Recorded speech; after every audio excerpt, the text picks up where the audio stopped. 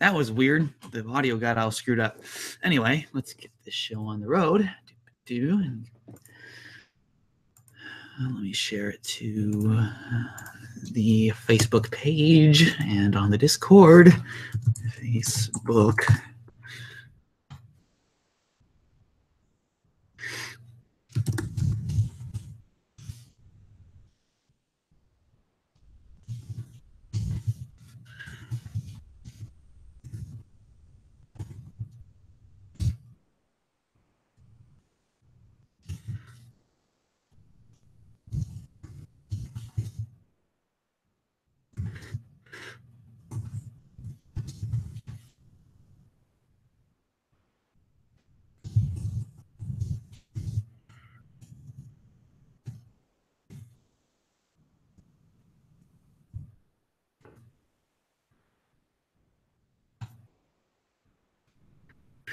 Okay, and now I'm going to share it to the public Discord, and then what I'm going to say hi to everybody.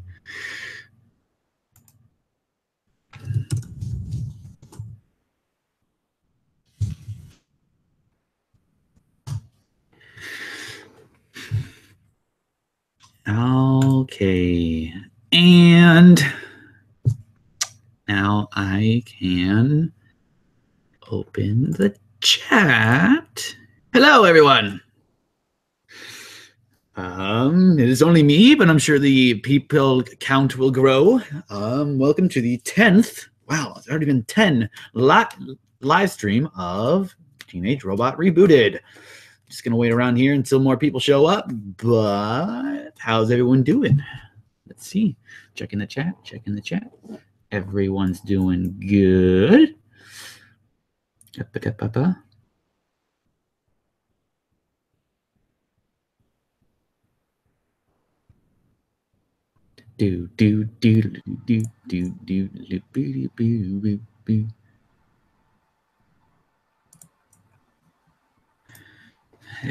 Hey, there's Eric. Hello.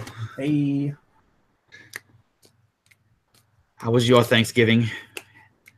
Thankfully not as hellish as per the usual. Yes, happy late Thanksgiving, everyone. Oh, and you know what I should probably do? I should probably kill, now that I'm done broadcasting audio from the computer, I can kill that program. All right, that lags up my computer. Do.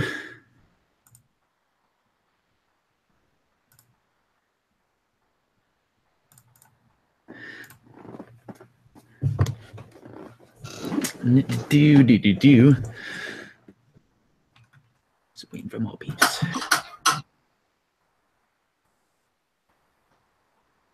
Just waiting for more peoples, and then we're gonna get started here.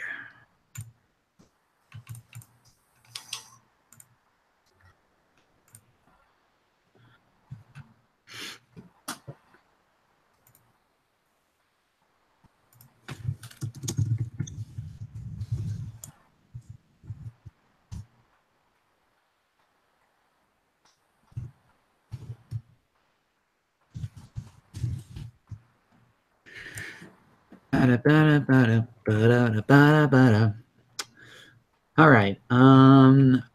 We'll kick it off with a drawing competition eventually when more people show. So I'm going to open everything up and get ready for that. File, open new. 100. Add 800. Oop.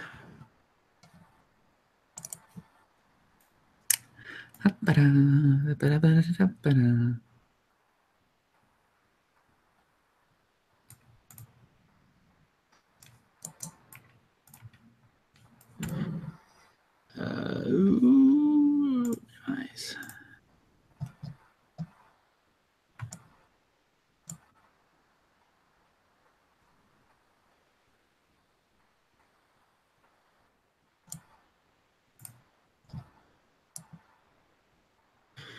Feel free to ask questions away as we're waiting around.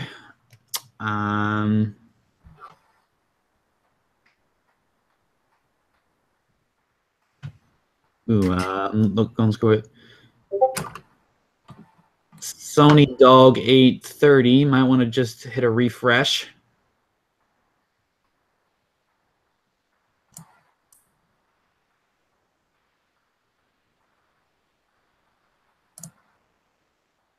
Yeah, I don't have my camera on. That's why it keeps going black. Here, let me switch it to so it'll actually just show like a little icon for everybody instead of. There we go. Now it's just going to show an icon. Okay, I don't have my camera on today. So let's see. Feel free to ask questions. Oh, no. I got to restart my computer. Okay, that's fine. All right, I'll be back in like 5 minutes. Alrighty.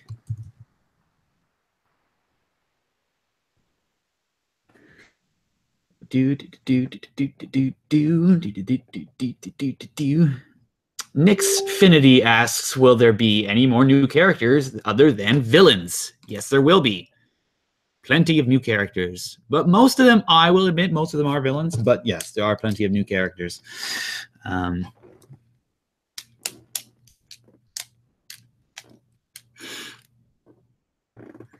Quick Square ask, has Nick ever made a reboot of anything? Yes, they have, actually. It's a rarity, though. They've made a reboot of Avatar Last Airbender. They just made like a sequel sort of series. That is technically still a reboot. Let's see, what else have they made? It's kind of like, it was kind of like a soft reboot. It's kind of sequel sort of thing. Hey Arnold, they just came out with the movie on the 24th. I didn't catch it, but I heard good things. I could be wrong, though. I haven't seen it. Hello. Let's see. What else had they? What else has Nickelodeon rebooted? He's done some other stuff. They got Invader Zim in the works. I know that they're rebooting that again, only for this time it's a movie. Like Hey Arnold. Other rebooted series. Could have sworn there was. What about other rebooted series?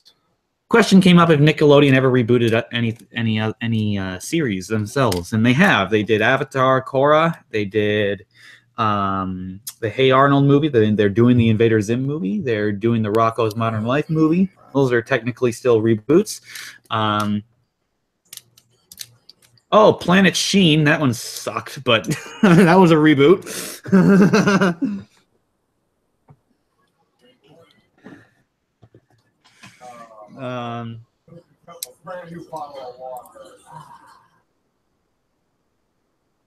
I have yet to watch Hey Arnold the Jungle movie. Yeah, I haven't seen it either. I've heard good things, but I can't say if I just can't confirm those good things yet.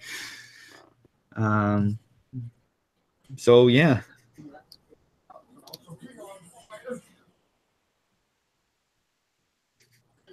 What can we do to get a reboot for Nickelodeon or for Nickelodeon? I don't know. I don't know, Victor. Wait for the planets to align correctly.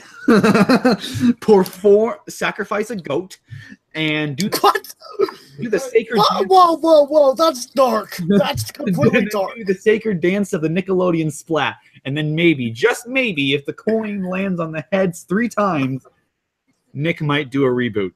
Okay, really? That's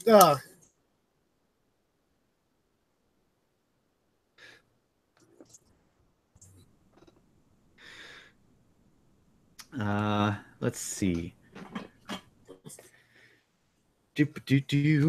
Next Firmly is asking how many people are voicing the new characters in the reboot? Quite a lot. Multiple. We got a lot of voice actors and actresses. We could always need more because we do need Tuck and Vexus and 75% of the biker gang still. So And Patricia. And Teresa, yes. So you want to try out, feel free to send your voice in. We're actually going to be having a casting call, number 4, coming up. But yeah, to help account for those parts that are still lacking. Tuck, Vexus, please. They're kind of important. really important this time around, actually. So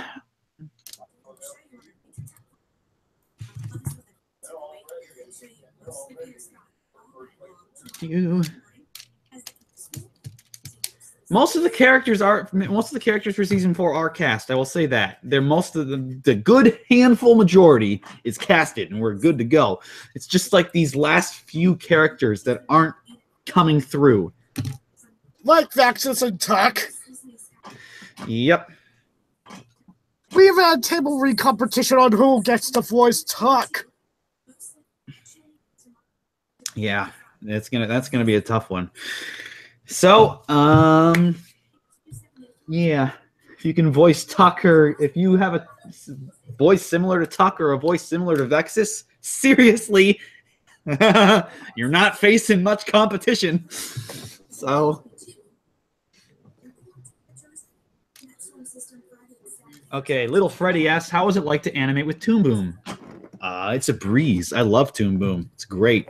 I can't speak for Animate because I do not own Animate. I heard Animate's great too. When Adobe updated from Flash to Animate, I heard nothing but great things. They got rid of a bunch of the web browser assets of Flash and just upgraded that program to Animate like crazy, which is good, I hear. I just can't speak for it because I do not own Adobe Animate. I own Toon Boom. I heard they're both good programs, though. And Even though you do have Adobe Flash. And I can confirm that Toon Boom is a great animation program. Very, very good.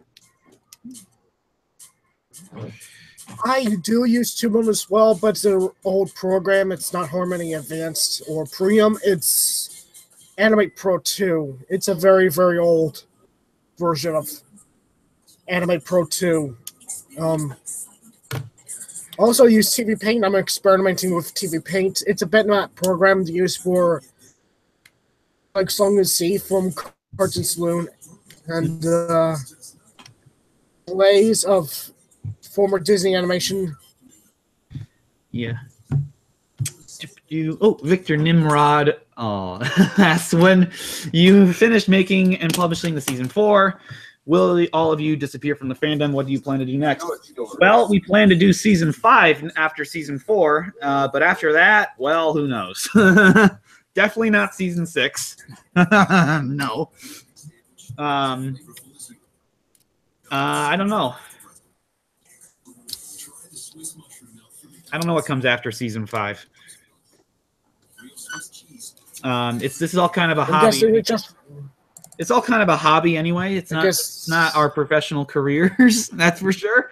So it's kind of like, well, once season 5's done, go find a new hobby. Yeah,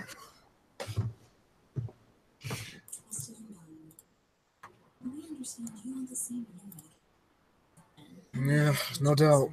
Let's see. All right. Ooh, this is a good question. Caleb Manning asks, how long will each episode be?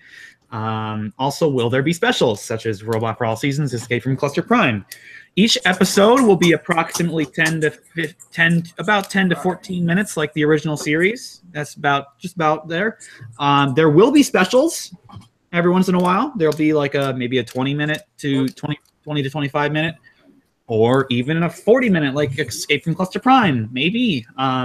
So far is the majority, though, is 10 to 14-minute episodes so far, just like the original series. It's the majority.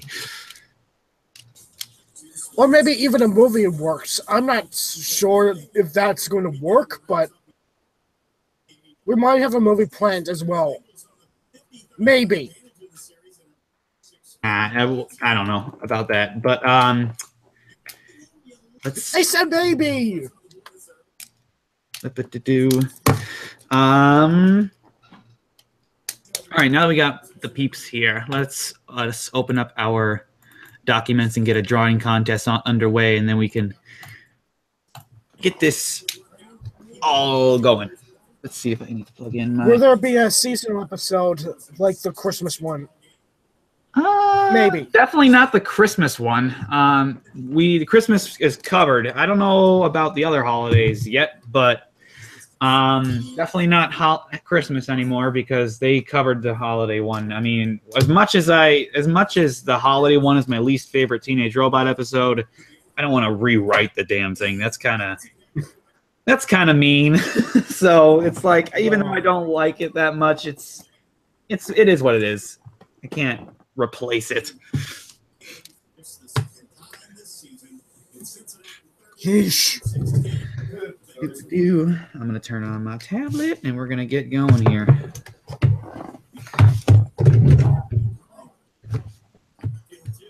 All right. So, for those who don't know, these drawing competitions, how they work is that we go down in a line, we give each other prompts to write. The prompts have to be broad enough to be not so specific, like you can't say, oh, draw Jenny crossing over with Danny Phantom. No, you got to say kind of like draw Jenny crossing over with an early 2000s Nickelodeon cartoon. And if Danny Phantom is chosen, Danny Phantom is chosen. That sort of thing. You guys got to be PG, of course. And yeah, so that being said, we have 10 minutes to draw it. Eric, you're first. You are the first to give a task. Give your task to Nick.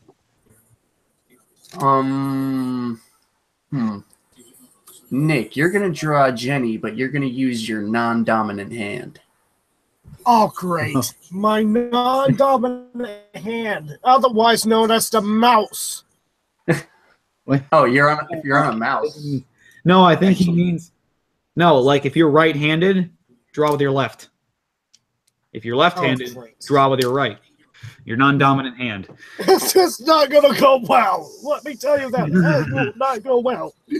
Okay, Nick, and now what is your prompt for me? If you remember Playhouse Disney, if you watched Playhouse Disney, draw Tuck if he was in PB&J Auto. That's if you know that specific. I'm getting shot. Oh, sorry. I meant like in the Playhouse Disney show in general, like. Ooh, okay. 7 to 2001. Wow, that is going a long time ago. All right, I'll try my best. And let's see, Eric, your prompt is to take a movie that came out this year, 2017, and make it like recreate the poster. It doesn't have to be super detailed. It can just be like general sketch. But remake the poster in Teenage Robots, like replace the characters with Teenage Robot. Like if I were to bring up an example, because it's kaiju, Kong Skull Island, like it would be like maybe the ape Sheldon, on the poster, the people would be a collection of Brad, Tuck, and Jenny, and all that stuff. And so it has to be the actual characters. It can't just be stylized. Right. It's got to be the actual character. Okay. Teenage Robot characters. And yeah, and then so going down the list of prompts, Eric's prompt is to recreate a 2017 movie poster using the characters of Teenage Robot. Any movie poster he chooses, and it does not have to be detailed because there's a lot to draw on that. Nick, he has to draw Jenny with his non-dominant hand, and I have to draw Jenny crossing over with Playhouse Disney, which is not something I've seen since I was a toddler. So this is going to be... It's Tuck crossover with Playhouse Disney. Tuck. Okay. So we have about 10 minutes, and we're going to start at the 28 mark, and then I'll come back and answer some questions. Well, I can probably... Actually, I'm lining up right here. Do.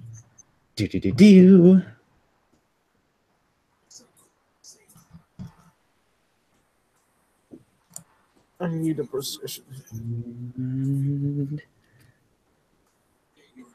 I have to Google that quick. Hold on. Playhouse Disney cartoons.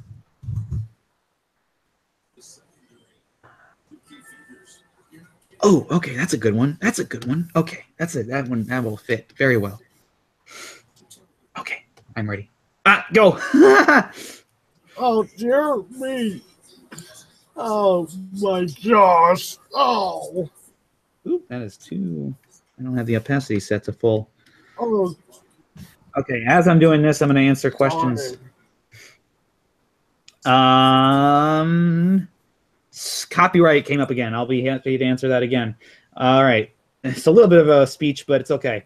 Little known about copyright is that everything down to a fan-made drawing on a napkin is a violation of copyright. It's a little known fact. If you're in a restaurant, you draw a character, say Jenny, on a napkin, you are violating Viacom's copyright on the character.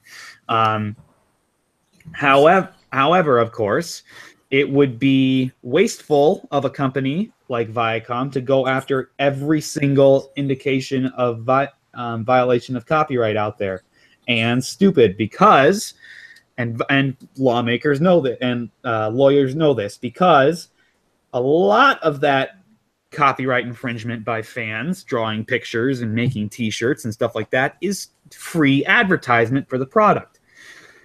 When companies usually go after copyright violations, they go after people who are making large profits off of the material, who are damaging the image of the material, who are taking away sales from the company. And I think those are the main three. Those are the main three right there.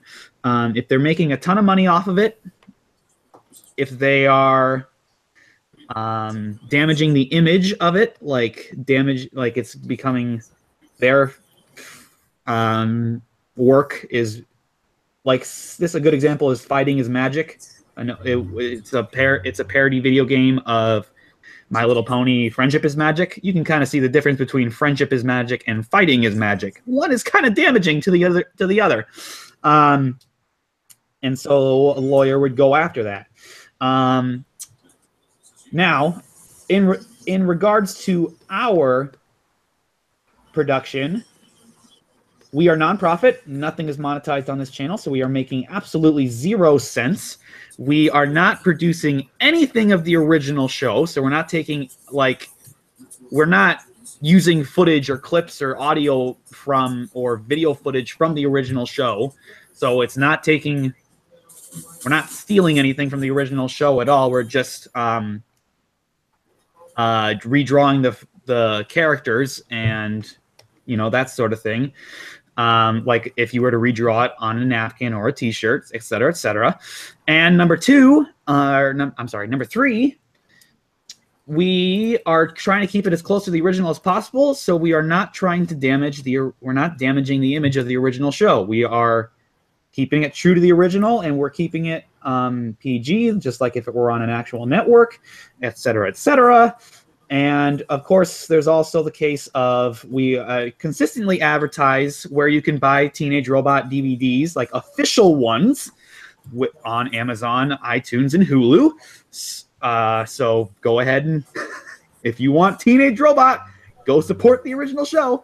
It's that sort of thing. And so by doing all this, we hope that Nickelodeon and Viacom will see us as the type of fans who promote the show and indicate free advertising, because we're not getting paid at all. We are not generating rent of view at all by this, et cetera, et cetera. And we are not affiliated with the Viacom at all. So we hope we are fit into that happy category of free advertising for the original show. If we don't, we'll get the cease and desist, and that'll be the end of it. But it's one of those things where it's like, might as well try instead of not try at all. I hope I explained that well. I'm getting good at explaining it because of the amount of time that question comes up, but that's okay. It's always a good question to come up. Yay, not a jaw tuck. Oh my gosh, I'm done, and I can't even believe I draw with my other hand, which is the most ridiculous hand. I'll show it to you guys once the time's up. hope I can remember how to draw Tuck correctly. Tuck is always the hardest character. Tuck, by far, is one of, if not the most hardest characters to draw from Teenage Robot. Jenny is easy. Brad is pretty easy. Sheldon's kind of challenging, but Tuck is just a nightmare on how to get the proportions correct on his head. It's just, I can never get it right on the first go. It's always, I always got to erase and try again. Which is the reason why we take 10 minutes for it. Yes, yes, that is why.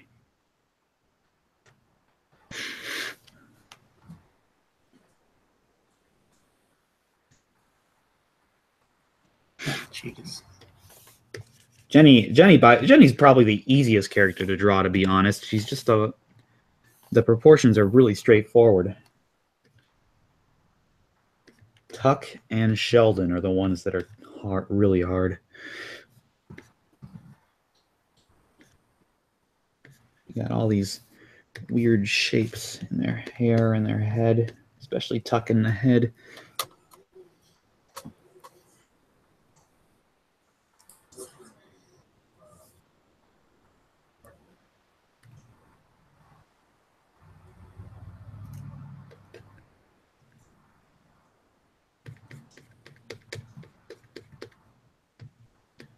Okay, Victor Nimrod actually is telling us, I'm a friend of many of the voice actors of the original show in Spanish, and those actors like to keep Jenny's legacy alive in the Hispanic community. If me and Victor, gets the actors, could I translate the season 4? Okay, I've sensed there's a few questions in that actually. Okay. Victor, yeah, that's one. Okay, so one question in there I hear about contacting original voice actors, whether it be in English, Spanish, etc., and voicing these characters that we voicing the characters again in these new fan-made seasons that we're doing. We are adamantly against that, actually. Because for a number of reasons. The primary reason is because those voice actors and actresses have moved on. They are professional grade voice actors and actresses, and they do that kind of thing for a living, and we are doing this for free. Everybody here is doing it as a hobby.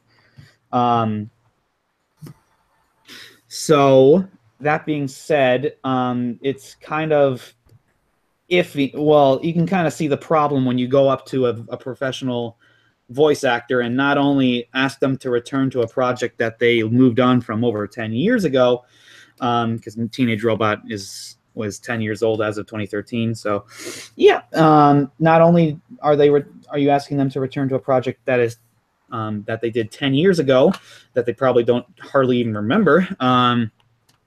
But you're asking them to step away from whatever project they're working on right now and work on this project for free, no less. And so that's a little no. That's just no. There are now. That's not to say that there are not professional voice actors and actresses on this crew. It's just that they agree that to put their careers first, and that they know this is a hobby. And and same goes for those in school and everyone and people who have jobs and work. This is a hobby. They got to put life and everything else first. Just the entire crew has to do that. So that's one of the reasons why we don't contact the original crew on any regard. And I think I already mentioned number 2 is because they've moved on and are working on other projects now too. So one being the money thing, how we're free and they're professional looking for money, and that would be kind of what is it? Morally wrong is, I think, the collection of words I'm looking for, to go up to a professional grade voice actor and go, hey, come work on my project for free. That's kind of, it's better to, I think it's better to advertise online, and if they're interested, they can come on down and, have some fun with us and everything, and help, as a hobby, make these make these seasons come to life. But I think the only way the actual voice cast can return is if the creators themselves decide to reboot the project, or that a sequel, like in films and stuff like that. And a big example of that is unfortunately Frozen, where they asked. That's actually that is actually a case of contract obligation, but that is a different topic. Disney kind of operates differently than Nickelodeon, especially in regards, or at least the companies who helped create the original show, like how Rocco brought back most of its creators and. Yeah, but I'm more referring to the contract obligation side of things. Disney is a little more like, if we create anything else with these characters, you'll come back and try and help, sort of deal. I'm paraphrasing, of course. I don't exactly know the specifications of what Disney's contracts are, but it's like I know it's a little bit more strict than Nickelodeon Viacom, especially in regards to, because Frozen is a film franchise and Nickelodeon mostly produces television franchises, and film franchises are a lot more contract heavy than television. I'll tell you that right now. I think by far from Disney's Lion King franchise, the only actor that returned is Ernie Sabella, who provides Pumbaa in all the media. And there's also this, that, like I said, there's the TV obligations too. There's a big line between TV and movies with animation and voices and acting, et cetera, et cetera. Film actors are a lot more expensive than television actors. That's one of the main things. That's why usually when people come back to voice, like say a movie is made, it gets popular enough to become a TV show, only a few of the original cast may come. That's because it's more expensive to hire the entire cast and get them back. And on top of that, some of the cast might not be willing to do television. They might want to just do films, et cetera, et cetera. There's a number of things that go into these things. I forgot the original question. I think it was more like, are we gonna have the new episodes dubbed in and subtitled in Spanish? Yeah, that one. Oh yeah, that's correct. I'm sorry that got a little off tangent from the original. But yes, in terms of sorry guys. In terms of dubbing and subtitling, there are no current plans to transfer it into all different languages, because there's a few of us who speak in a second language here, but the majority of us who can do that is because of high school classes, and that is not exactly what you need to be an accurate translator. Like I took Japanese for 4 years, but that doesn't mean I can translate these episodes correctly. It's a lengthy process to learn a new language, and be able to translate. And so in regards to dubbing and subtitling, we would have to look for people who actually know English and the language we're targeting very, very well, and can make the translation very, very well, and of course are willing to work volunteer and as a hobby, just like everyone else in the crew. And currently we do not have people who can do that. So there are no plans currently, but hey, if it becomes possible in the future, I'm totally up for it. We are out of time, by the way, for the drawing competition. So we're gonna go down the line, and we're just gonna show off what we did. All right, Eric, what poster did you do? I'm doing the poster for Wonder Woman, one of them, one of cool. the three. That's cool. I see it. Yeah, it's fine. Like I said, it didn't have to be detailed because I knew there was a lot to do. That's cool. Now, Nick. Oh gosh! Show us. Hey, I saw the pencil rough. Were you right-handed or The paper rough. I was so terrible at. Well, are you right-handed or left-handed? This is what happens if I can't draw with the right hand. Oh no! So like, are you Or at left-handed least- then? Like, are you left-handed? Yeah, I'm left-handed. Okay, so you were drawing with your right hand here. All right, and then we'll come on down to me. I did Tuck with this character apparently named Roly Poly Oly, who looked like a robot, and Jenny's a robot, and yeah, robot. Noticing a pattern here. All right. That being said, I see a pattern. I'm gonna go back to the chat box and answer some questions quick, and then hello, fan without a face. Hey guys, I was wondering when you were gonna notice me. Well, how long have you been there? About 2 minutes. Oh. I'm just scrolling through questions. Lauren Schuler asks, "Is it weird that I would like to see an MLaaTR episode that has Godzilla 2002 and Kiryu?" No, that is not weird. That I would love that too, but we gotta keep the no crossover rule. Mostly so we don't get as much as it pains me to not have a Godzilla episode, we got to keep that rule. All right, let's see. A Club of Games TV asks, "I have a question. Will you make I think what he means with the episodes we made? Wait a minute. Will you made episodes which will describe the aftermath of last episodes?" Okay, I think Club of Games TV is asking, will episodes be impacted by episodes that happened prior to them? Yes, they will. If a character, like for instance, if a character breaks his arm, or in one episode, the arm will remain broken in a few episodes after that until it's like a proper heal. That's actually a pet peeve of mine with animation, how characters will get immensely hurt in like one episode, but then in the next episode they're fine, like nothing happened. You think that's bad? How about in Pokemon, where characters literally get hurt and they're better 5 minutes later? Exactly, that's another pet peeve of mine. I don't like that. That's like that goes against my. I know it's cartoon logic, but it goes against my logic. So yes, episodes will impact one another. Let's see.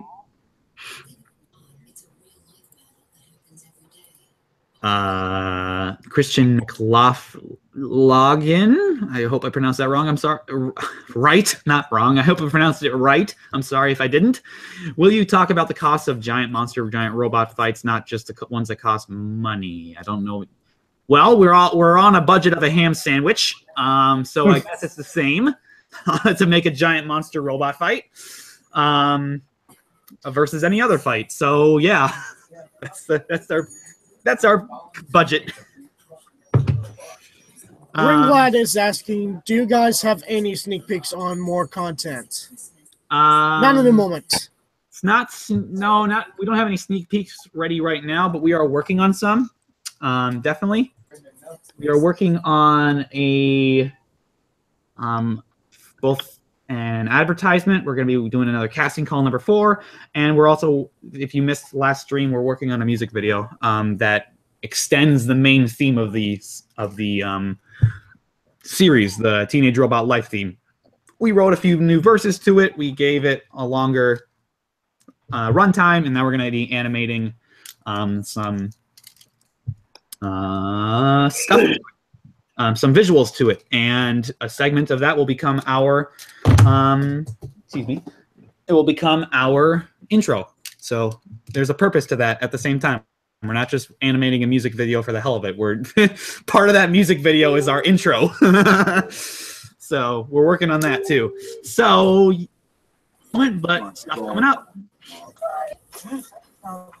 John Remmers asked, will the people making the music put the music on their own channels? I hope so. I'm a big fan of soundtrack, and I heavily encourage the people composing the music for this to put the soundtrack on their channels, because it annoys, for me as a guy who loves soundtrack, listening to soundtrack music from TV and movies, it annoys the hell out of me when I listen to an awesome soundtrack while watching the movie, and then I can't get it anywhere. Like, it's just like you can't. It's not available for purchase anywhere, and it's just like it irks me because I want to listen to that clean. I don't want the sound effects, and I heavily encourage our music composers to post every soundtrack they make, so soundtrack lovers like me can listen to them.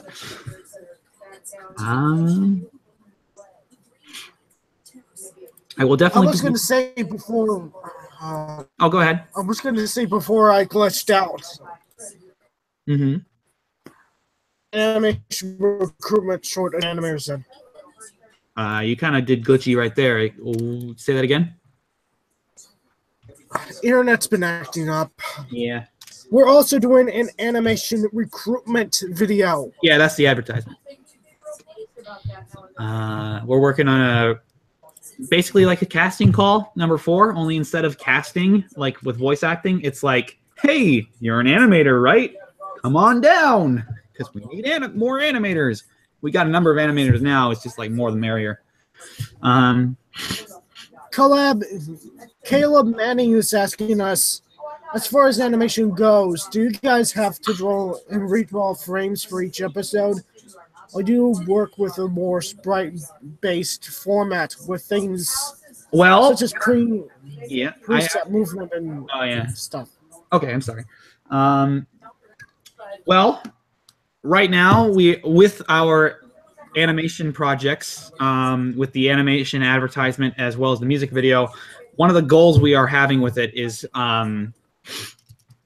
figuring out we have a few methods of animation, and we want to figure out with these 2 little projects that we're working on, which one is the quickest way to animate. Like, which one gets the job done faster, and which one produces the best quality animation, et cetera, et cetera. Without going completely bone animation type. Yeah, we're not doing puppet animation. There's one thing I can promise. One thing I can promise is that there's no tweening. There's not going to be any tweening. If you're an animator, that is what. If you're not an animator, you should know what that means. But if you're not an animator, tweening is basically when you put a frame on the computer, put another frame on the computer in a different time slot, and you let the computer build every frame in between. And so it's like a smooth transition, automatically 100% smooth. And that is not the style of Teenage Robot. If you want an example of tweening, you can take a look at, let's see. Homestar Runner is a big example of that. Mm-hmm. My Little Pony Friendship is Magic uses Adobe Flash, which it uses tweening. They redraw a number of poses for the puppets, but it's still tweening. Let's see. Loud House uses tweening. Let's see. I'm trying to think of another cartoon that uses tweening. This is long canceled, but on a long now changed channel, but a long time ago, a channel called The Hub had a series called Dan Versus that had tweening. An example of not tweening and going frame by frame is the original Teenage Robot, the original Danny Phantom, SpongeBob. That's even years down the road, they're still not doing tweening. And that is the kind of slightly choppy movement because everything is a hand-drawn frame.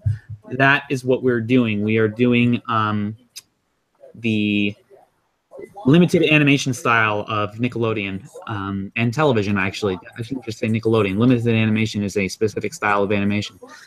That is what we're doing. We are experimenting right now with, again, the method of animation, like if we want to do it, separate it up into a person animating a specific character or a person animating a specific scene, or we do puppets, animation puppets, and just animate with frames instead of tweens. That's what we're experimenting right now with these shorts that we have coming up, being the animation advertisement and the music video. And yeah, that's our animation right now. So I hope I answered your question. John Rembers asks, where can we find out who's on the crew? That's kind of classified who's on the crew because for the privacy of the people working on the crew. If they would like to make themselves known that they're working on this project, that is up to them. But it is not obligated that they reveal themselves at all. So I can tell you how many people are on the crew currently, but I can't give specific names outside of the people who have, like made themselves publicly already on like the live streams and stuff. And Nixfinity asks, will XJ 1 through 8 return? Yes, they will. We already had that episode announced, didn't we? Yeah, we did. I think we announced, integers. Yeah. Oh, I didn't even notice your question, Average Kid. I'm sorry. What changes in some characters, other than you saying that Jenny and co from her school will be juniors, would like or are trying to implement into them? Let's see. Let's see what I can say without spoiling. Because a few of the changes are big plot points. Yeah, don't spoil. Yeah. Because the last time I tried to spoil anything, it was with that poster I was helping you make. Yeah, but let us see. Well, characters are going to be updated down the line. Like, we're going to be evolving their let's see. Something that's not spoiler is we can talk about Jenny's personality, because that's more of already pre-established and stuff like that. Like in the original series, Jenny, of course, had a very distinct wish to be accepted, wish to be part of the crowd, wish to be with the in crowd, so et cetera, et cetera. We're going to be an example of us evolving that is taking it, exploring it, where it can go, what are the problems with it, and finding a place where Jenny's going to be happy with that problem, like in solution-wise. So we're going to be taking problems and issues that the original characters had in the past and evolving on it and adapt and making episodes that surround that problem and that target that problem and like want to fix it or evolve it or bring it to a new light or bring it to a new scenario, et cetera, et cetera. Another one that was pre-established is Brad's obvious strive to be a heroic figure like Jenny. He wants to be a hero. That's something we would take. We would like evolve on it, ask like the questions, is it worth it being a hero? Do you really want this, Brad? Is this the life you want? Sort of thing, taking it further. That's character-wise. In terms of character evolution, like specifically in terms of like you described it, going from sophomore to juniors. Yeah, they're going up the school scale as the series progresses too. And they are. We don't have any plans so far to show age, but it's definitely been talked about. Don't know about that yet. It's only been in discussion forms. That sort of thing. Oh my gosh, I realized Eric is making the Thor Ragnarok poster. No, it's the Wonder Woman poster. Close. You would have been. No, you were kind of in the wrong universe. You would have been closer if you said Captain America. Hi. Yeah, I know. Marvel, DC, they're both owned by the actual big companies, Disney and Warner Brothers, respectively. Yeah. That was a Marvel versus DC joke. Okay.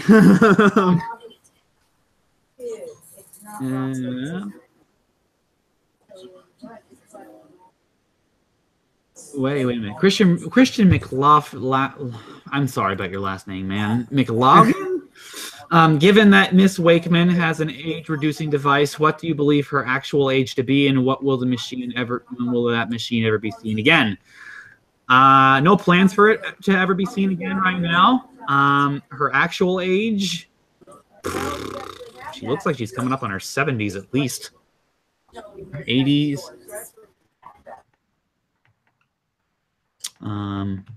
What do you guys think? Who, Wakeman? The true age of Dr. Wakeman. Well, she has that age-reducing machine, Yeah, so that's the big question. Like, how many times has she used it? Not, I'd imagine she's. I don't know. That's a tough one. She could be over 100. That'd be something. Well, wait, because like Wisteria doesn't have that anti-aging thing. Oh wow, you're right. That is a question. That is a question to explore for later. Let me scroll up. Yeah, John Remmers asks, can you put the Q&A, the common Q&A questions on your website so we don't have to re-answer questions on the live streams? That would probably be a good idea to update that website. Yeah. Because I can think of a number of things I can update on that site. So I'm going to put a pin in that. I'm going to do that. and redo the artwork as well, and not use a screenshot on the contact us. I like the space shot, but I might redo a few pages and stuff. Like, just give it some updates. Let's see. Club of Games TV asks another question. Will you publish subtitles for the episodes which you'll upload? English subtitles? Yes. I already answered about multi-language subtitles, but English subtitles? Yeah. Yeah. Is that how the motor sounds? Wow! Look at it. It's going to go. That was an alarm. Isn't that the truth? Wow. Sorry. That damn shit would stop going off all the time. You said Robot. All right. Parker Young, obviously, question here, but isn't the show set in the future? Yes, it is. It is set around the year 2073.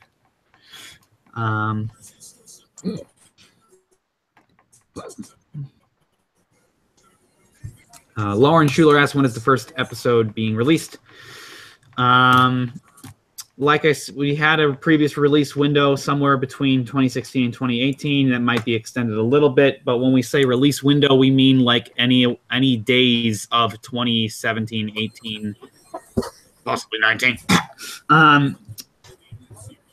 It would release, like, it could be it can be December 31st of 2018, and we release the first episode like that. So if the more people we have, the quicker it'll go. That's all I gotta say about that. We're slow but surely getting it done. It's it's slow and steady, but we are making good progress. Let's see. We are currently about, I want to say, somewhere between 25 and 35% the way through the voice acting sessions that we're recording all the lines of the series. Season 4.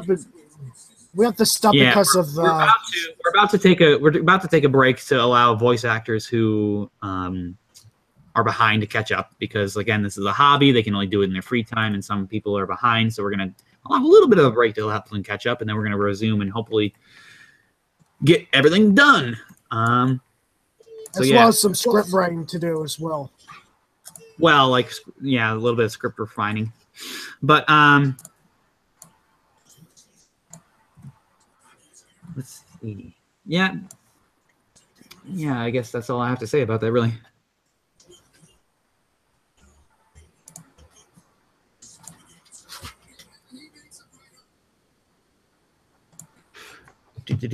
All right, let us see. Oh, okay. Christian McLaughlin. Okay, I'll try. Okay, the average kid asked, do you think you could accomplish making some of the new creations of the reboot likable, or dare I say popular? I hope so. I hope some of the characters become popular amongst the fan base. We sure are working hard to make them unique. A lot of the characters I am very excited for. A lot of the stuff that we're super excited for we haven't shown yet because that's how we wanted to keep it hushity hush and a surprise. That's how much we are excited to show them. But hey, here's hoping that they become popular. Rye Guy 282 asks, "How goes the production? You guys having fun?" I'm certainly having fun. Are you guys having fun? I'm having fun. Yeah, I'm absolutely having fun with this. Yes. Going good. Steady. Let's see more questions. Lauren Schuler asks, "How's it going trying to find a Vexus voice?" It's going horribly. Please send help. Someone. Yeah. Send Help. Someone that isn't Chris Summer or any other professional voice actress that might sound like us a cat. Yeah. Even though we might want to contact them, but even though we can't. Let's see. So if you have a voice that sounds like Tuck or sounds like Vexus, you don't Or have Patrice or anybody. You don't have a lot of competition, so it's a really good idea to send in an audition. Do it. So just do it, please. Yes, Parker Young says he watched the Nickelodeon interview with Rob Renzetti and how he knows about our project. Yes, he does. We do not contact him, and he does not contact us. He knows about as much about it as you guys, the general public. So, and Channel Frederator knows it too. I'm sorry? And Channel Frederator? Yeah. Yes, Channel Frederator knows as well. But like I said before, no one contacts anybody. We don't contact them. They don't contact us. It's our knowing of each other extends from public relations, just like you guys.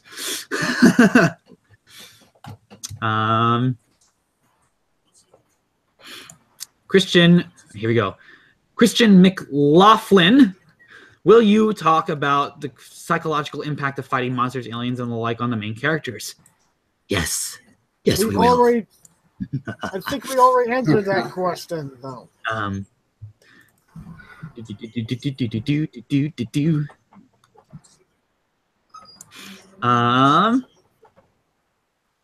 Renee I have heard that name before. Renee Underwood. Are you taking inspiration from other recent cartoon reboots, continuations like Hey Arnold, TJM, etc.?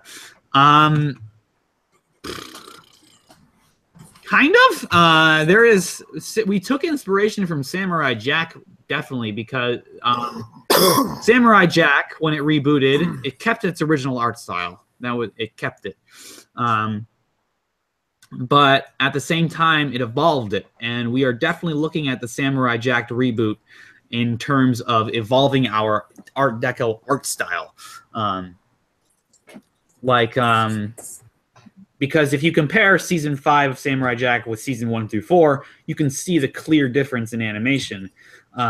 Even though it's the same style and everything, there's just a clear evolution of the style and much more refined stylistic approach. And we're looking at that series and comparing it to our own to see ways we can do the same, evolving the teenage robot style and refining it and making it nice, very, very nice to look at.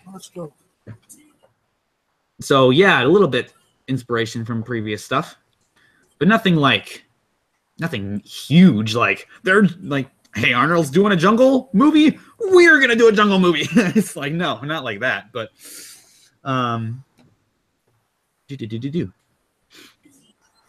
Rye Guy 282 asked another question: would it be too late to pitch in art-wise? No, while most of the season 4 characters have been designed, we are always in need of storyboard artists and animators. So if you can draw pictures in sequential and keep their shapes correct, you make an excellent storyboard artist. I think we already hired one from the Discord, right? Well, quotes around hired, but yes, there was a new there was a new storyboard artist brought on recently. But more the merrier. Yeah, more the merrier. Nixfinity asked, did Vexus blow up on the trash planet in season 3, or is she still alive? Yes, she's still alive. She did not blow up. She, if that was her last appearance, then yes, it would look like she blew up, but she appeared after that in Queen Bee. So she's still... Which the design still looks ridiculous. Yeah, we're not a big fan of the Queen Bee design, but we're going to be coming up with our own Vexus design eventually, so hopefully. The one that matches the original design. And yeah, that's one that's much more attuned to the original, yeah. Let's see.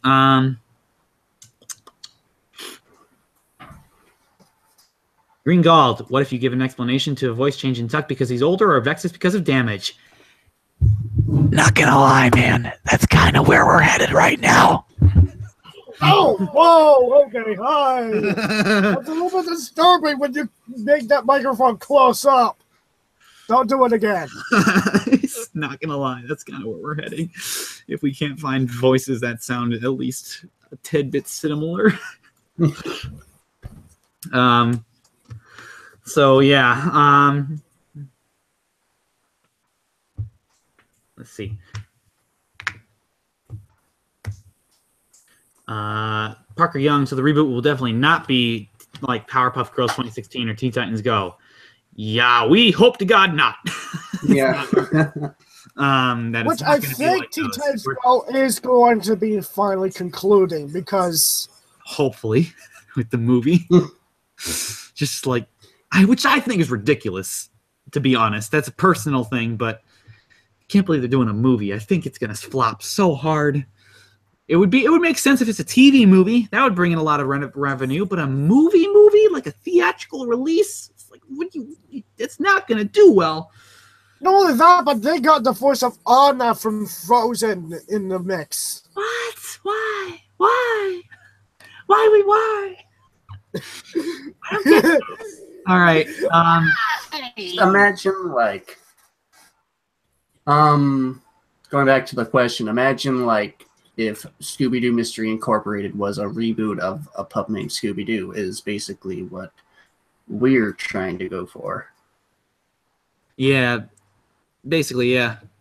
Just gonna upgrade in quality of story. I mean, it's gonna be a roller coaster, I should say. It's gonna be it's going to start off like the original series. I've said this before, but hey, why not again? It's going to start off like the original series, Monster of the Week type situations, stuff like that. And as the series progresses, it's going to get a little darker. The stories are going to blend a little bit more, and it's going to become a little bit more sequential as it progresses. So it's kind of like an evolution step. But yes, a way I like to see it is taking like Eric said, taking one of the old Scooby-Doo cartoons and bumping it to Mystery Incorporated quality, which was a very good TV series up until a personal opinion up until the last 5 minutes of the last episode. I didn't think that was a good way to end it, but that's just me. All right. Will Sean reveal the secret that he is a silver shell, or just keep it as a secret? That is something you'll have to find out.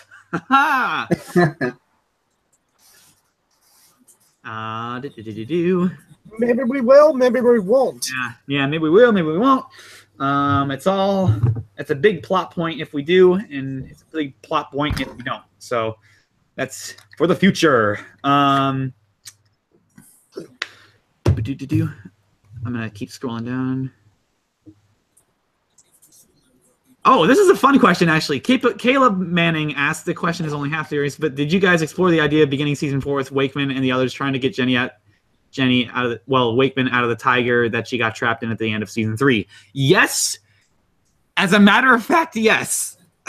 In early talks of season 4, when we were talking about how to open this season 4 and reintroduce all the characters, hey, maybe it'll be fun to storyboard this old opening down the line when we have time.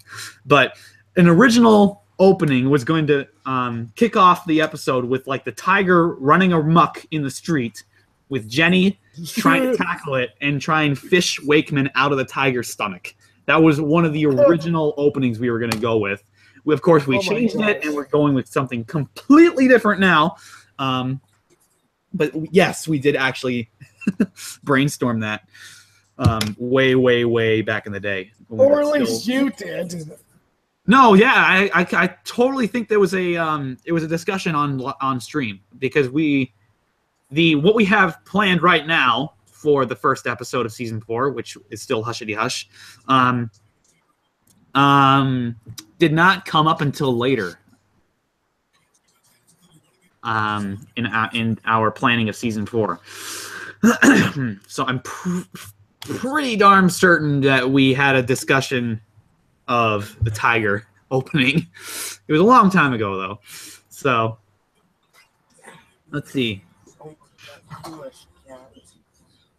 Christian McLaughlin asks, because we brought up Samurai Jack, who is the better villain, Aku or Vexus? Not gonna lie, Aku. Come on, that's tough to beat Aku. That's a pretty. And when you got the voice of Mako, I mean, and the person and that fun personality, it's really tough to beat. I think they're both pretty cool. Yes, no disrespect to Vexus, but yeah, Aku is the better villain right now. Hey, but maybe we can upgrade Vexus, make her a better villain. That's so maybe one day the tides will turn on Aku. But right now, it definitely a personal opinion for me. Aku's the better villain. But hey, I like Vexus too, so it's no shame on Vexus.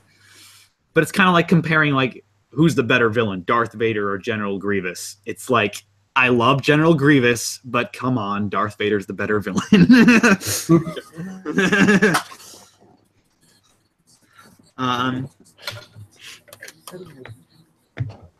Let's see. Scrolling through questions. Wow, I'm kind of backlogged. Give me some time to catch up, guys. I'm sorry. Yeah.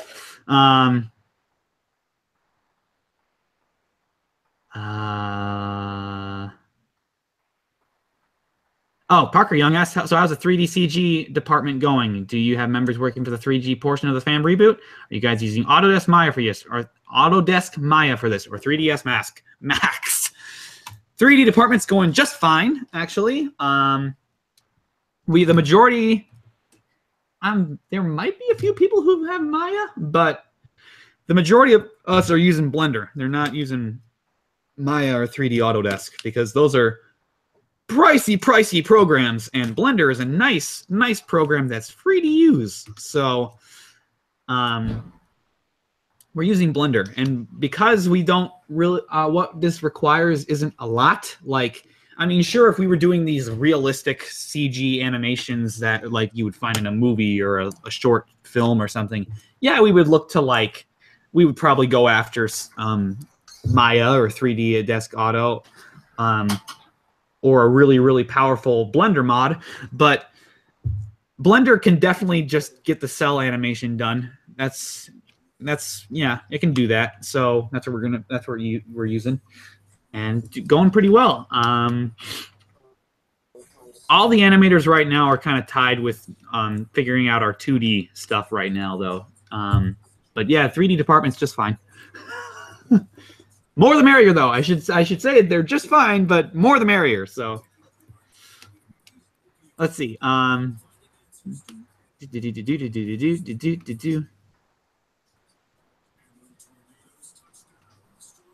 you allowed to show us? Parker Young, are you allowed to show us behind the scenes production and such? Nothing sneak preview, but there's nothing much to see behind the scenes other than the stuff you kind of see now. Even our production meetings, very similar setup to this. It's only private instead of public. It's we're talking because we're located across the world. We're not in one location. Well, the vast majority of us are in the United States, but then again, we have a few, someone in Canada. We got someone in Japan. We got someone in Great Britain. Let's see, thinking through all the lists. I'm pretty sure we got someone in Brazil, if memory serves correctly. and so it's all over the place. So it's quite impossible to meet in one location, unless like 5 of us plan to go to the same convention. But 5 is not nearly the amount of people working on this project. All right. Rye Guy 282 asks, so I'm going to assume that season 4 is the only one currently in development. I'm a bit late in the party. That's fine. But no, they're both in production, but season 4 definitely has top priority over season 5 right now. We have a few ideas set aside for season 5 currently that are already locked in. Like, we're definitely doing this for season 5. We're definitely doing this. But then again, we have a lot of blanks in season 5 that we're not assessing yet because we want to cover season 4 first, and we want to make sure season 4 comes first. The only time we're going to start talking about refining season 5 is well into the animation process of season 4, and that's when I would probably bring up talks of season 5. Once, like I said, we're well into the animation process of season 4. But yes, they're both in development, but it's just like season 4 takes priority. And the average kid asks, is it bad that he can do an Aku impression? No, it is not. That is amazing. That's awesome. Everybody can do Aku. No, it's not everybody, but that's very often you can do an Aku impression. I wish I could do an Aku. Ago in a distant land. I wish I could do an Aku. Let's see. Takes a lot of vocalizations, my friend. I am stuck with Dr. Claw. I can do it. In my opinion, I can do a pretty good Dr. Claw, but I cannot do Aku. I wish I could do Aku. What a delightful surprise. Let's see here. Like I could do a Winnie the Pooh impression as well.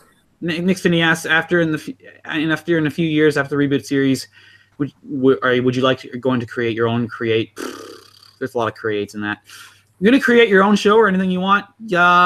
Short answer, yes, because like I said, this is a hobby for all of us here. These are not our main jobs. Like, I have projects and stuff outside of the Teenage Robot unit thing that is not related to Teenage Robot at all. Excuse me. So yeah, definitely that people, not only me, but I'm sure Nick is going to be creating stuff when outside of this. Eric is going to be creating stuff, etc., etc. Everybody on the crew. A lot of us, let's say the vast majority of us are either in college or exiting college, or in high school or exiting high school. It's like late, somewhere in there. That's the vast majority of us. So,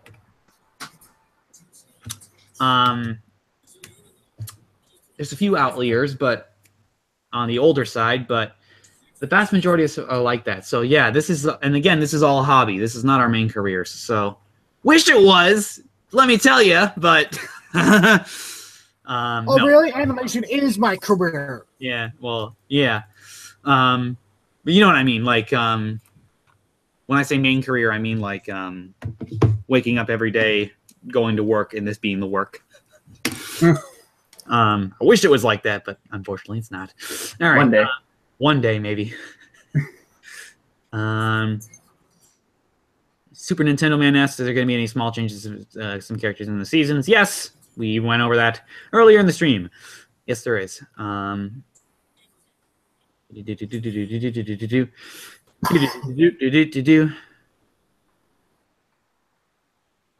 man, I am really behind. I'm really trying to catch up, guys. Hold on.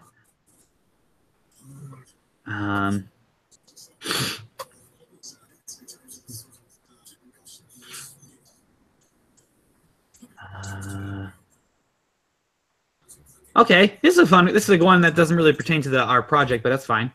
It's Teenage Robot for everybody. Lauren Schuler asked, was there ever a confusing scene from Teenage Robot episode that you came across? Like one that they've come across is a confusing scene from Missed Opportunities. A confusing moment for me. is probably trying to figure out how Smitus survived his self-destruct from Escape from Cluster Prime. That's a confusing moment for me. And he's like, he reappears in Trash Talk, and he just has his legs blown off when it was clearly the self-destruct button was on his arm, like the bomb was on his arm. I'm thinking, how did his arm survive and his lower half get blown up? It might not have been the bomb. It might have just been the detonator. Maybe. Maybe the way Jenny threw it kind of distorted it. Maybe. The self-destruct on his arm. Legs. Yeah, well, maybe. But, all right, so that's my confusing moment. What are you guys' confusing moments from Teenage Robot? I don't really know. The only thing that I was confused about was during the Christmas special, because like we've mentioned this before, but like she's missing for over a year and nobody thinks to look for her. Yeah, or like even on the worst side, no villains plan to take over. Like they just everyone take a break for a year. Vexus, I mean, she was still in power at that time. She just like, let me take a break for a year. Yeah, I can definitely see that. Nick, what about you?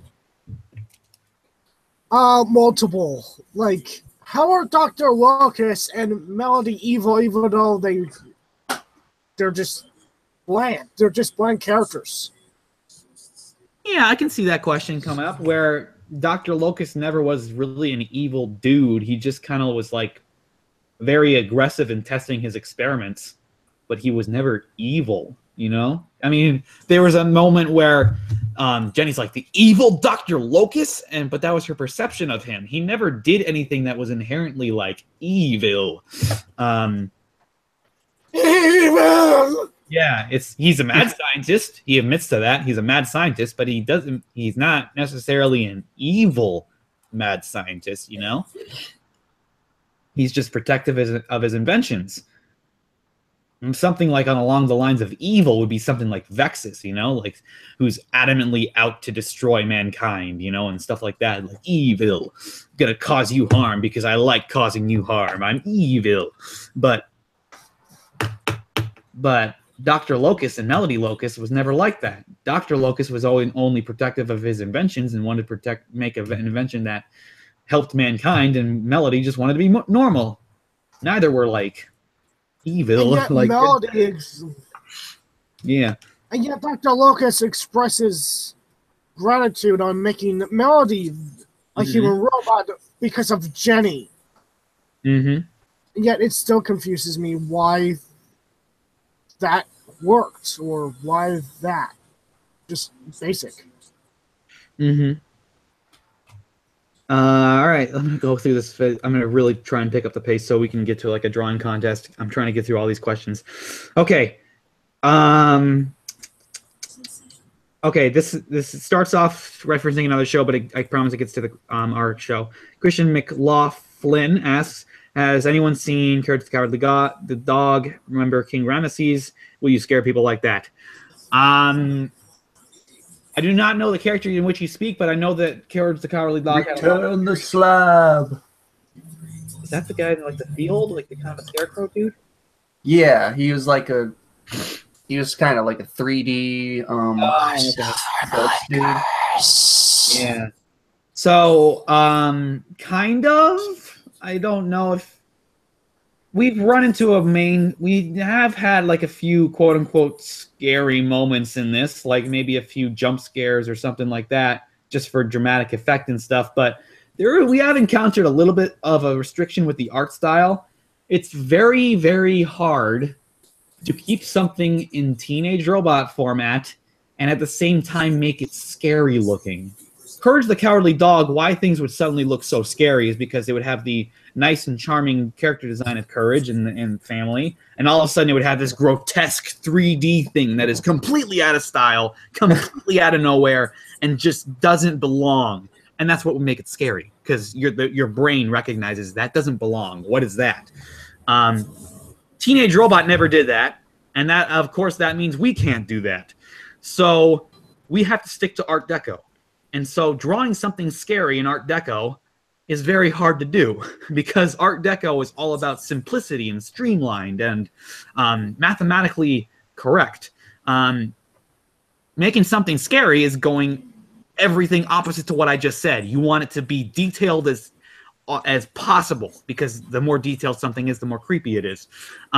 You want it to be non-streamlined. You want it to be non-mathematical, so it's like disjointed and grotesque and like ugh. Not so much, you don't need to be gross, but like creepy and scary. So it kind of clashes with Teenage Robot. It's very hard to make something scary in Teenage Robot. The best we can do when we're doing scary looking things is not so much make the look scary, but make what's going on scary. That's kind of like if we want to make a more thrilling or scary moment, it's like we would have to make sure the moment is scary, not so much the character design or the design is scary.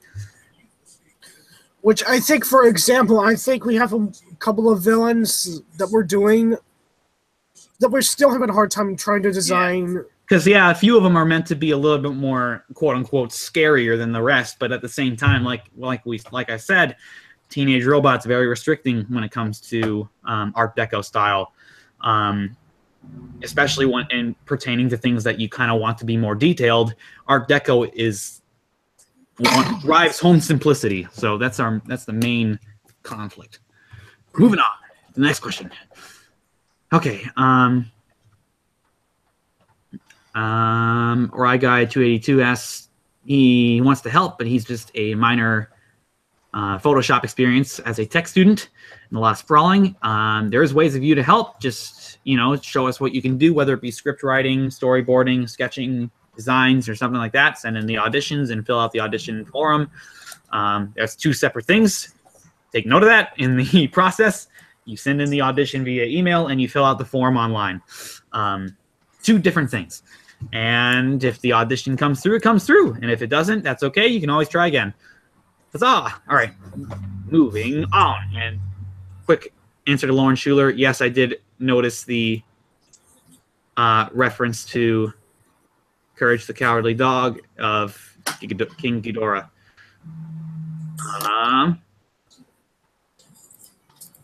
Moving forward. Will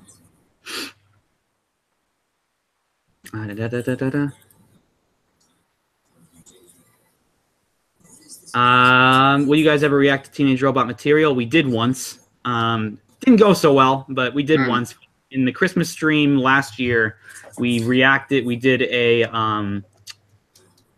riff of, we did two reaction. Oh yeah, we did. We did do another. We did two riffs before. Each time didn't go too hot because we have we have trouble coordinating who's telling a joke when, and number two, we have trouble synchronizing the episode we're watching. And so what would happen is like someone would watch a part, make a joke, and then 5 minutes later it would happen again for another person. They would make a joke for the same moment and it would just be off. And we could never figure out how to make it synchronized and how to make sure that people aren't talking over one another with the jokes. So we have before, but we could never figure it out. Moving on. Okay. I think I'm nearing the bottom, hopefully. Hi, Sam. Hello. I was going to save it, but it's... Lauren Schuler wants to describe the scene found in Missed Opportunities. I might think I know what she's talking about, but hey, we'll find out. Yeah, go ahead. That's fine if you type it in the chat.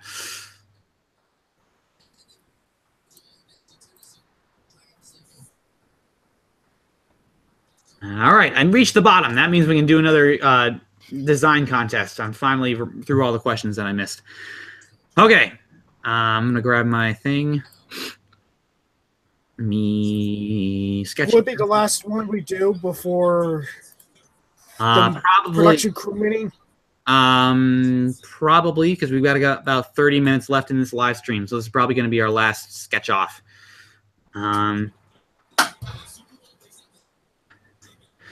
All right, so going down the list of peoples. Eric, well, I don't think Sam is going to be participating in this one because his mic's off and the video feed's off, so I think he's just here to be in the chat. So, Eric, what is your proposition for Nick? Again. What did Jenny eat during Thanksgiving dinner? That is an interesting question. All right. It's still the oil. It's like, let's have fun with that. I can think of something, but I can't say what it is. Nick, what is your prompt for me? Draw Jenny if she was a Thanksgiving balloon for the Macy's Thanksgiving Day Parade. Whoa, that's... All right. Jenny, if she was a Macy's Day Parade balloon. And now my prompt for Eric is...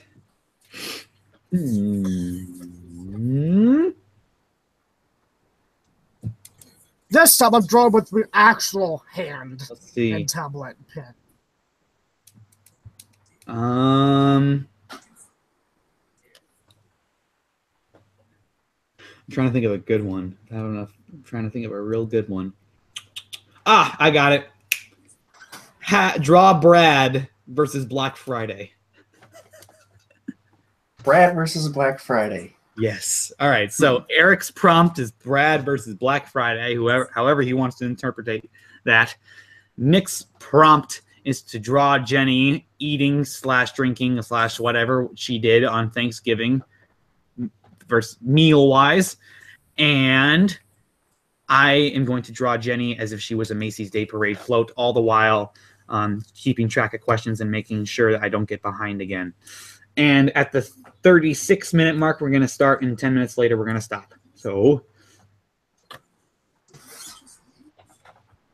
here we go.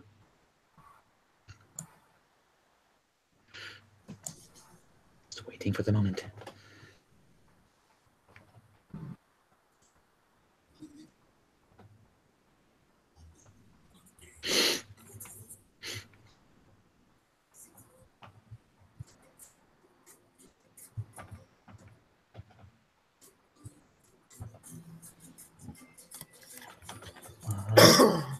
Anticipation. 36-minute mark. It's getting there. It's almost there. It's gonna turn any minute, any second. Here it comes. Ah, go! Oh no, where's my stylus? This time I'm drawing with my actual hand, with my actual pen and hand. Ooh, I'm white. It's got to be black. It can show up. It's a white background.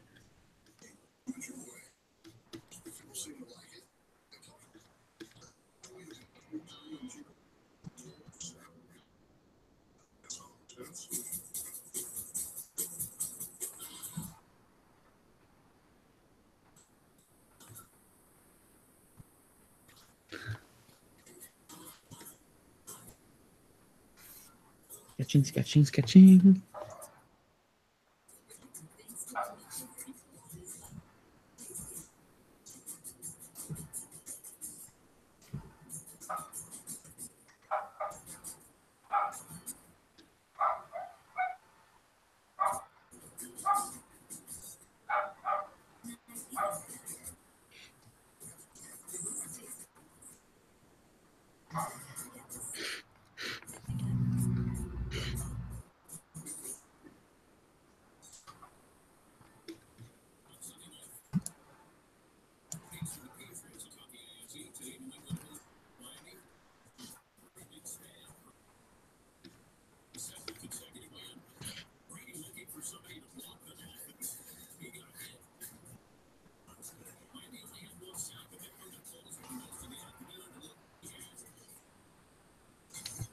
That is the worst Jenny chest I've ever drawn.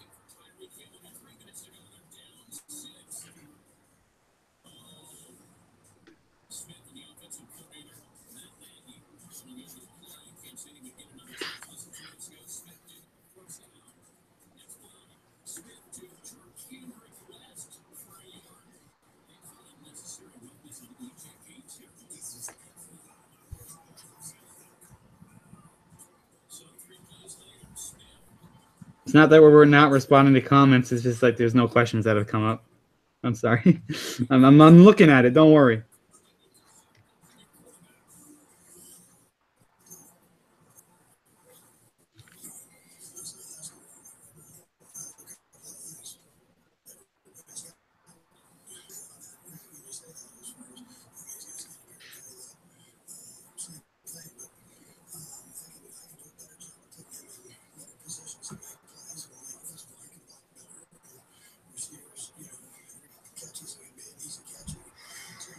My program just crashed. Oh no.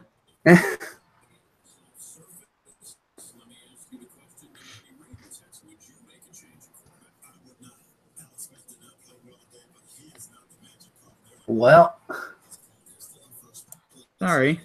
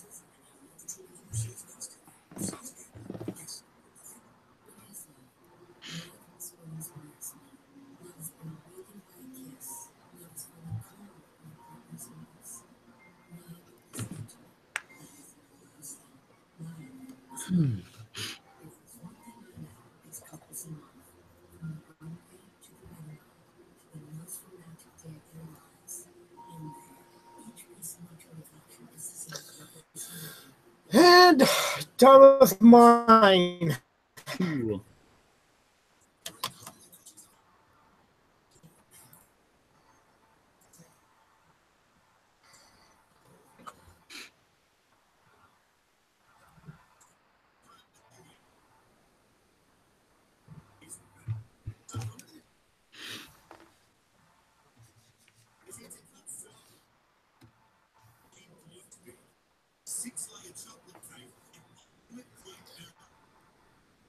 Spilled milk.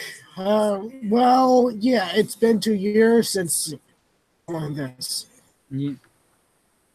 fine so far on the project. Mm-hmm.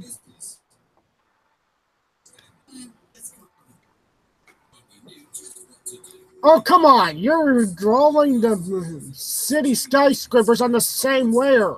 Nope, different layer. Just like it looks that way.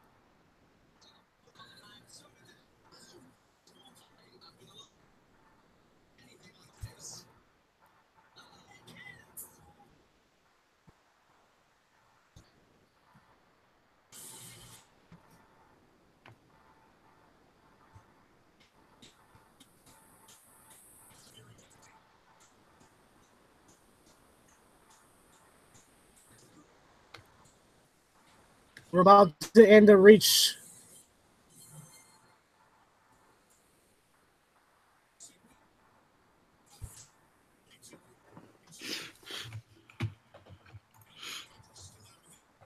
Thumbs up on my end. All right, time's up. Going through. First up, we have Eric versus Eric versus Black. Well, I tried. My program crashed like halfway Yeah. through, so I tried to draw Brad like camped out in front of the mall. Yeah, that's probably something what Brad would do. That's good. That's funny. I like the pose and I like the expression for as sketchy as it is. That's good. I like how it's just the eyes. Can't see the mouth or anything. It's just his eyes. Like, yeah. All right. Moving down, we have Nick with Jenny drinking an oil shake that does not apparently taste like pumpkin spice, even though it's labeled to taste like pumpkin spice. Apparently. That's what I interpret immediately. Am I correct? Yes. Okay. Jenny drunk that tastes like pumpkin spice, even though it doesn't. Ah, okay, cool. And I drew Jenny as a parade float. Very Best attempt. yes, with a brief sketch. I'm not going too detailed and too proportional. All right, let's going back into questions. I didn't see anyone else in there, but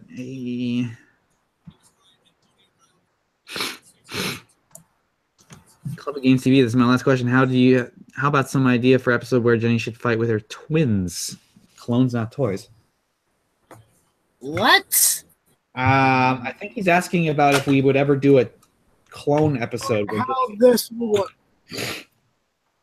You know the classic trope on animation series when a character gets cloned and their clones help them do chores, and then eventually they have to fight their clones, and then etc. Yeah. I think he's asking about that. We have no plan. I think we have an episode planned, but we're not going to tell you all the details. No, like not even at that. We don't have any episode planned for clones of Jenny.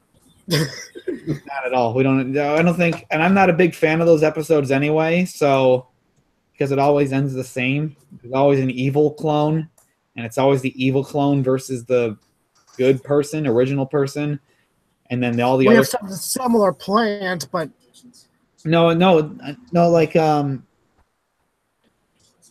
it's always that. It's always the clone. It's like the person gets cloned because they want more people so they can do chores or have fun or something.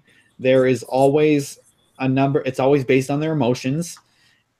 Like there's a always depressed clone. There's always a happy clone. If it's a boy, there's a girly version of the clone. If it's a girl, there's a edgy and Tom girlish version of a clone. Then there's the evil clone that eventually takes over and absorbs all the rest, and then the other character is left to absorb the others before it's too late, before he fades out of existence or whatever. He or she, I should say. I'm not a fan of those really because it's predictable, and so probably not going to see anything like that in Teenage Robot Rebooted just because I'm not a big fan of that. I'd rather be more creative with it. with an idea of a clone than going the cliche route of it always coming against them. And that being said, it's hard to clone a robot, so you can't really clone Jenny since she's there's no way to build two of her because her brain is unique, you know, like she's got a specific operating system that is Jenny. So, and that can't be cloned. So maybe cloning another character and again taking it a different direction than the one I just described. But other than that, I mean, probably no chance of that coming up.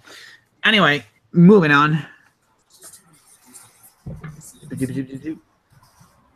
Will there be any nanomachines, son? John Ramers asks. Well, there was already nanomachines in the original Teenage Robots, so I mean that's something we can always have fun with.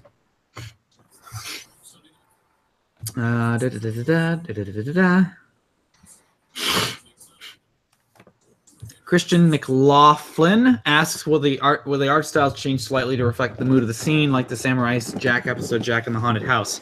While that scene was awesome, that was very, very cool, there are no plans on dramatically changing the art style to fit a mood or current scene.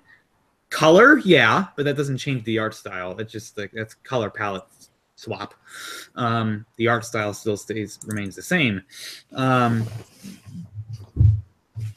Color, though, yeah, it's all the time. The original Teenage Robot did that all the time, changing its color palette in accordance to a mood. But no, not for an entire art style.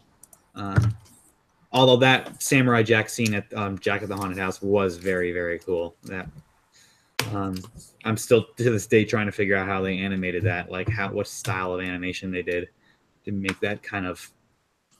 What is it you're talking about? Like a paint stroke kind of animation style. It's like if they painted every frame but at the same time. What episode is this? It's Jack in the Haunted House. There's these flashbacks or where you see the monster that is haunting the house, and it's like this black and white flashing paintbrush style animation. But it's not just like they painted. It's like they painted every frame, but at the same time they animated and painted every frame. Because if you follow the brush strokes, it's like a fire. Like you can follow each one as it flows up the character design. And I'm still to this day trying to figure out how they animated that because it does one of those things that just instantly catches your attention.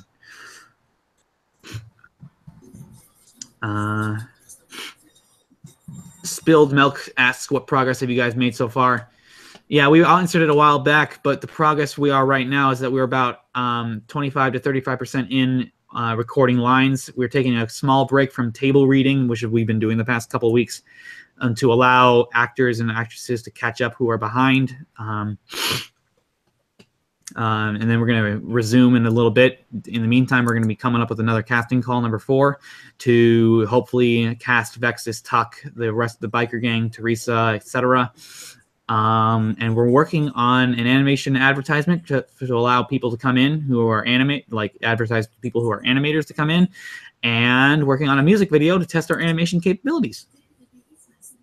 Yeah, and as well as animate. I think we have a meeting coming up about. Yeah, as well as animate our intro. So it's like it's not only testing our capabilities of our animation process, it also animates our intro.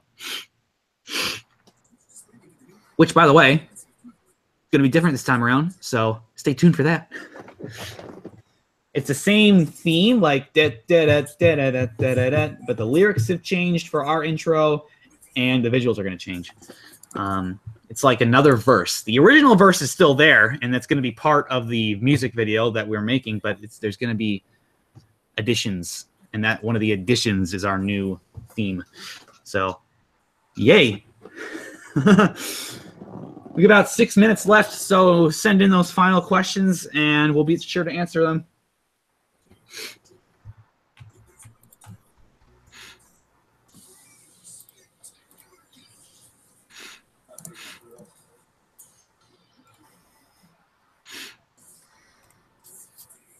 Oh wow! I'm looking at that scene from Samurai Jack right now. Yeah, it's pretty cool, isn't it?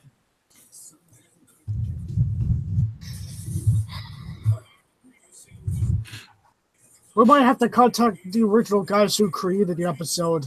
It's. I Or hear. at least listen to audio commentaries on it.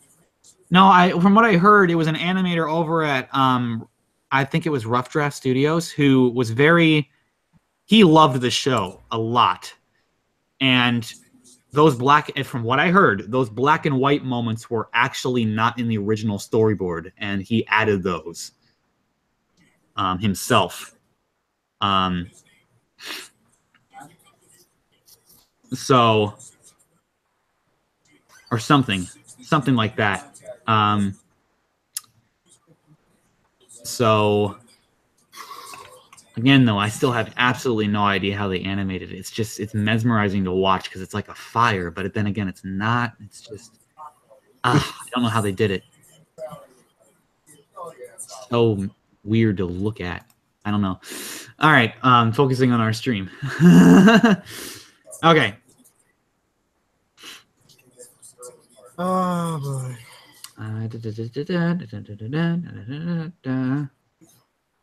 No, the Renee Underwood asked not the endings of season Samurai Jack season 5. I mean Jack in the haunted house. The scenes where Jack is facing the ghost and it's black and white and it's like brush strokes and everything.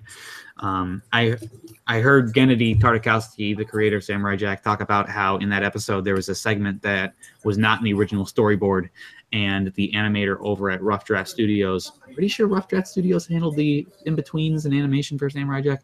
An animator over there personally added it, and Gennady thought it was great, and he threw it in. Something like that. All right, so 4 minutes left. Throw in those final questions about Teenage Robot.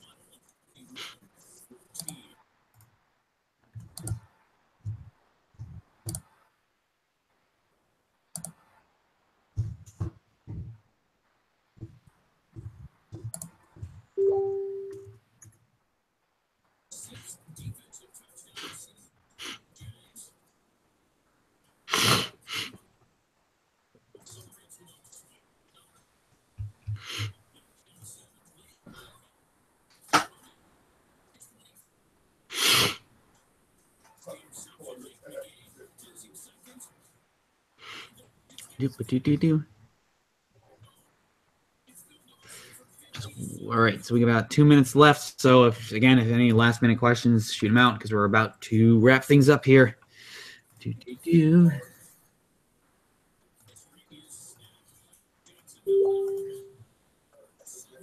Bum, bum, bum, bum. Bum, bum, bum.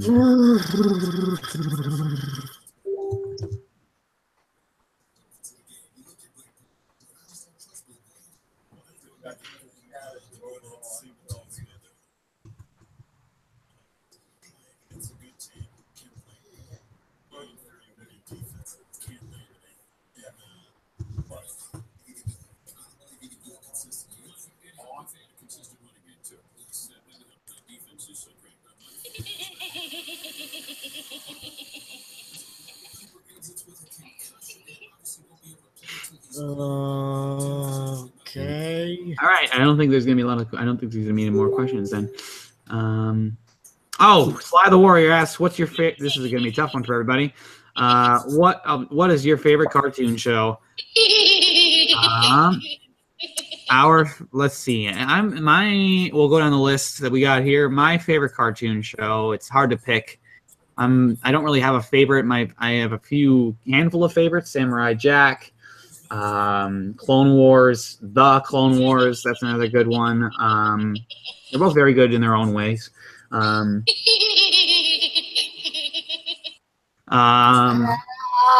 Okay. Anyway, let's see. Another good one is, of course, Teenage Robot. That goes without saying, but I'm trying to think of other ones. Come on now. Avatar, Last Airbender. That's a great one. All right. What now? That's a good handful of what I'm a fan of. Nick, what's some of your favorite cartoon shows? All the good old Disney television animation shows: Timon and Pumbaa, The New Adventures of Winnie the Pooh, Sesame Street. I don't think that's Barney, Teletubbies, Sesame Street. Did I see Sesame Street already? No, not live action, cartoon. Sesame Street would be live action. Barney might be live action. Teletubbies might be live action. That's live action. The New Adventures of Winnie the Pooh, Timon and Pumbaa, the TV series, DuckTales, the original DuckTales, and I have seen the reboot. It's awesome, the first episode at least. Of course, Teenage Robot and... Great. Cool. Leo is here, but he has his mic muted. That's okay. Eric. Okay, probably Samurai Jack would be at the top of the list. But then there's also like Danny Phantom, Beavis and Butthead, Hey Arnold, Ed, Edd n Eddy. Right. And what else?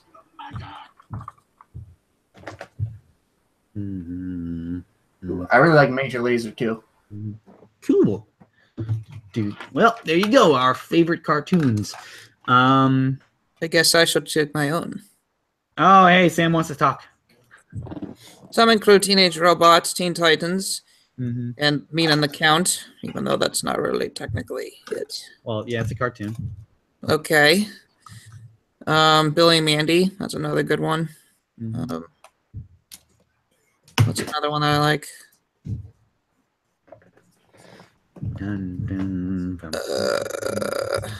Powerpuff Girls, that's another good one. I like that one. We're talking about the original. Yeah, yeah, that goes without saying. Actually, the other one that never happened. The other one never happened. Cool. All right. Justice We actually have a question here. This comes up a lot. It wouldn't be a live stream meeting if this question didn't come up, guys. It's okay though. 3M Onion Productions asks, will Danny Phantom and Jenny Wakeman team up in a crossover? It wouldn't be a live stream without that question. No, they will not. I'm sorry. We are not doing any crossovers. It would be lovely to do crossovers, but we want to keep it in universe to Teenage Robot. So sorry, but no.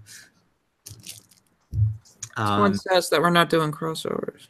Yep, no crossovers this time around. We want to keep it in universe. I didn't sacrifice my Godzilla episode for nothing, guys.